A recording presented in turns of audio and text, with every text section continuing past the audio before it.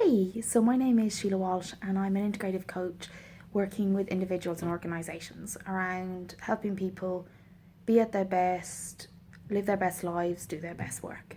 So one of the things that I'm going to talk about a little bit today is the imposter syndrome. Now lots of us have heard about it. Usually it's when somebody doesn't feel that they fit or that they're an imposter, basically, like they're in the wrong place or they're not good enough to be where they are. So when this presents in my coaching sessions, it shows itself in three particular ways. One way is that it's mostly high achievers who've achieved a lot but don't think that what they've achieved is good enough. They don't count it towards validating where they are. The second one is that they spend a lot of time comparing themselves to other people who maybe have had a different life experience, different resources, or maybe in the game longer, so they're further ahead, but they compare themselves to those people like that's where they should be and it's not where they are. So that's the second way. The third way is they have a long list of things that they should or need to do to be good enough to do what they're already doing.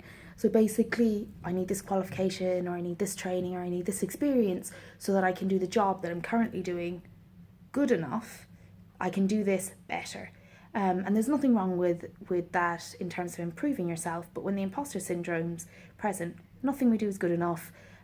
Everything, there's a but, and we're kind of looking for some miracle validation that everything we've done is good enough and the next course will save us from how we're feeling. So we kind of find ourselves going around in circles a lot when the imposter syndrome is present.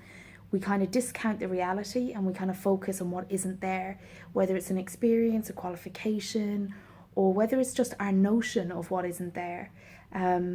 So in coaching sessions, we kind of look at what that is and what's happening for somebody. A couple of things we do is we start validating the steps, like actually what is in play. We start looking at what the person is trying to achieve.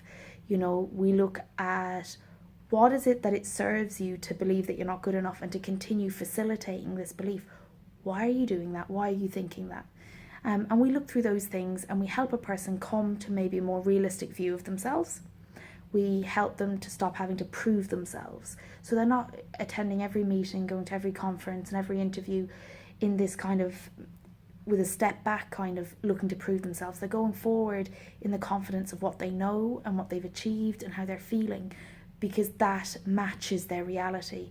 Imposter syndrome often keeps us connected to a version of ourselves that we may or may not have outgrown.